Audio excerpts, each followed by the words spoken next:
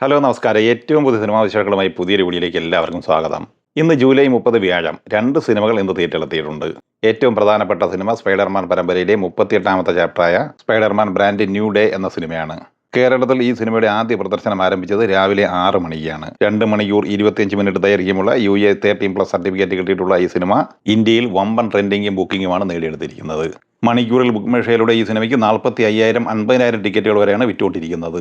ചിത്രം അഡ്വാൻസ് ബുക്കിലൂടെ പ്രീസെയിലായും കൊടൂര കളക്ഷനാണ് നേടിയെടുത്തിരിക്കുന്നത്. കേരളത്തിൽ ഇന്നത്തെ പ്രീസെയിലായി സിനിമ നേടിയെടുത്തിരിക്കുന്നത് 4,34 ലക്ഷം രൂപയാണ്. 2026 കേരളത്തിൽ റിലീസ് ചെയ്ത സിനിമകളിൽ ഏറ്റവും മികച്ച പ്രീസെയിൽ നേടിയെടുത്തത് ദൃശ്യം 3 ആയിരുന്നു.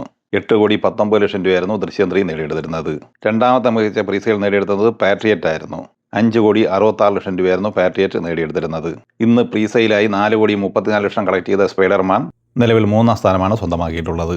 ഇന്ത്യയിൽ ഈ സിനിമ ഏറ്റവും കൂടുതൽ പ്രീസെയിൽ നേടിയെടുത്തിരിക്കുന്നത് മഹാരാഷ്ട്രയിലാണ്. 9,60 ലക്ഷം രൂപയാണ്.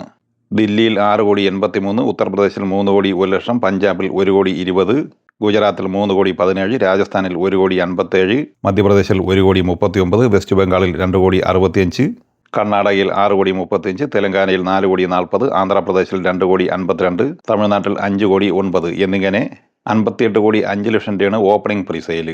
സിനിമ വ്യാഴം, വെള്ളി, ശനി, ഞായർ എന്നിങ്ങനെ ആദ്യ 4 ദിവസം കൊണ്ട് ഇന്ത്യൻ പ്രീസെയിലായി നേടിയെടുത്തിരിക്കുന്നത് 139 കോടി രൂപയുമാണ്. ഇന്ത്യൻ സിനിമാ ചരിത്രത്തിൽ ഏറ്റവും മികച്ച പ്രീസെയിൽ നേടിയെടുക്കുന്ന സിനിമകളുടെ പട്ടികയിൽ 8ാം സ്ഥാനത്താണ് സിനിമ.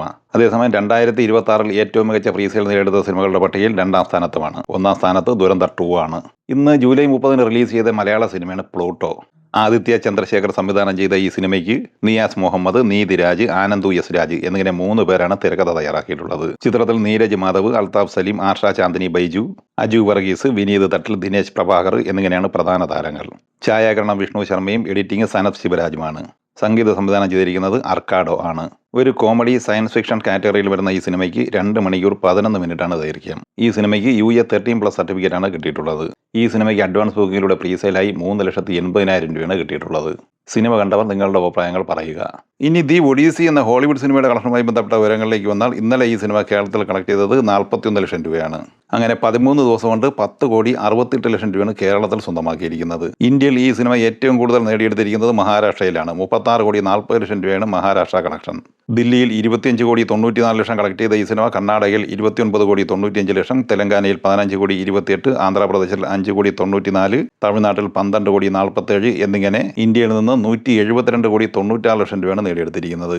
ഇവിടെ നിന്നും സിനിമയ്ക്ക് ഷെയറായി കിട്ടിയിരിക്കുന്നത് $18 മില്യൺ, അതായത് 76,01 ലക്ഷം രൂപ. $250 മില്യൺ ബഡ്ജറ്റുള്ള ഈ സിനിമ വേൾഡ് വൈഡ് ഗ്രോസായി $683 മില്യൺ കളക്ട് ചെയ്തിരിക്കുന്നത്. സമീപകാലത്ത് തിയേറ്ററിലെത്തിയ മലയാള സിനിമകളിൽ വിജയം നേടിയെടുത്ത ഏക സിനിമ ബാലൻ ആണ്. ചിദംബരം സംവിധാനം ചെയ്ത് ജൂൺ 19 തിയേറ്ററിലെത്തിയ ഈ സിനിമ കേരളത്തിൽ ഫൈനലായി നേടിയെടുത്തത് 18,85 ലക്ഷം രൂപയാണ്. കർണാടകയിൽ 2,67 ലക്ഷം കളക്ട് ചെയ്ത ഈ സിനിമ തമിഴ്നാട്ടിൽ 1,02 ലക്ഷം രൂപയും നേടിയെടുത്തിട്ടുണ്ട്.